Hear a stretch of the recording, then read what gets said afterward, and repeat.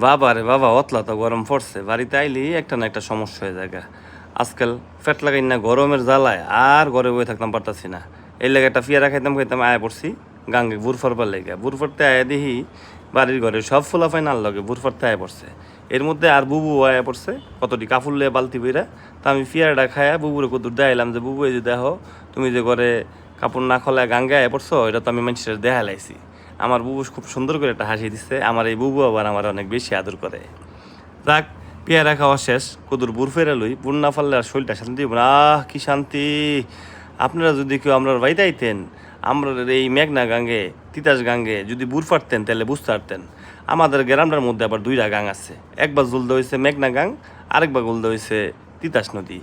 যাই হোক, আমি এখন মেঘনা নদীতে বুড় ফাটতেছি, আমার লগে আছে আমার ভাই বাস্তি বাইস্তা গলতে আছে, আর বুবু তারা তারা আমার লগে মস্করা করতেছে।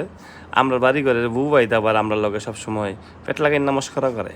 তো ভিউয়ার্স, আমাদের গ্রামের ভিডিওগুলো যদি আপনাদের ভালো লাগে তাহলে লাইক কমেন্ট করবেন, আর শেয়ার করলে আরও বেশি খুশি হয়ে।